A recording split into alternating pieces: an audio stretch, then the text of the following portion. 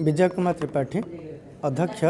जिला शिक्षा और प्रशिक्षण प्रतिष्ठान नयागढ़ राजसनाखेला। आज जो सांबादिक संवाद आज हूँ आम जिला स्तरीय district planning and monitoring unit DPMU रो कार्यक्रम करा जायथिला under the chairmanship of the esteem collector तार चेयरपर्सन एवं तांका सहित डायरेक्ट प्रिंसिपल होसंती member convener DO ADO academic DIPRO district DWO इत्यादि समस्त DSWO CDM एमान सब मेंबर तार अच्छा। आम जिले में मौलिक साक्षरता और संख्या ज्ञान आधार में विभिन्न प्रकार कार्यक्रम आम करुचे जेहेतु डायरेक्ट हूँ गोटे एकेडमिक अथॉरिटी ऑफ डिस्ट्रिक्ट एवं डिस्ट्रिक्ट एडमिनिस्ट्रेशन आमर DOG अच्छा उभयंकर मिलित उद्यम आम जिलार फाउंडेशनल लिटरेसी और न्यूमेरासी